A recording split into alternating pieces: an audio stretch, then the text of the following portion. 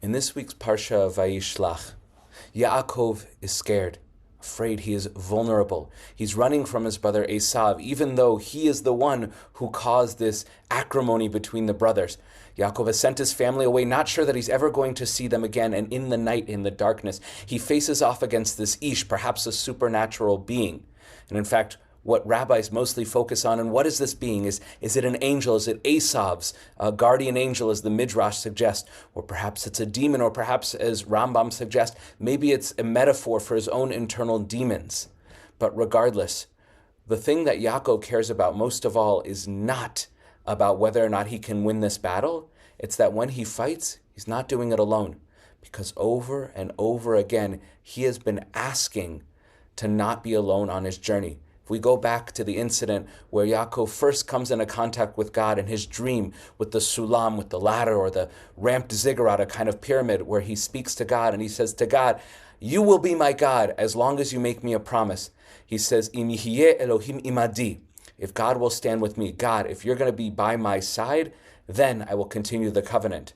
And then here, the battle in this week, where he faces off against this Ish, again, it's in the darkness of the night.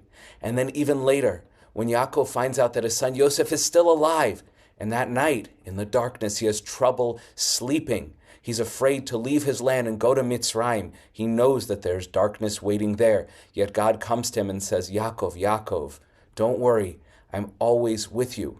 And we see that most powerfully, perhaps, in this week's parasha in a very interesting way. When it describes the struggle that Yaakov has, it has a clever alliteration of words. It's Yaakov, Vayeavek, with a different letter, an aleph instead of an ayin, meaning he has a kind of dust up, by the river Ya'avok. So he has this battle with this being. But at the end, when this being says, "What's your name? I'm going to give you a new name." Yaakov says his name, and he says, "No, it's not your name anymore. I'm going to give you a new name, Yisrael." Why? Ki sarita im Elohim, because you have struggled, in the Hebrew there, ein mem, with gods. So we assume there that means this is a divine being, this is an angel, but perhaps there's another way to read it. Rather than im being with, i.e. against this being, with can also mean literally with. I went to the store with my friend. So when Yaakov is fighting against this being, this Ish, he's not alone. Who's with him? God. Just like he asked, he said, God, I will be with you as long as you promise to be with me. And then when God sent this being, whether it was a real being, a metaphorical being, it doesn't even matter. But when Yaakov was in one of the greatest struggles of his life, what was the realization he had afterwards?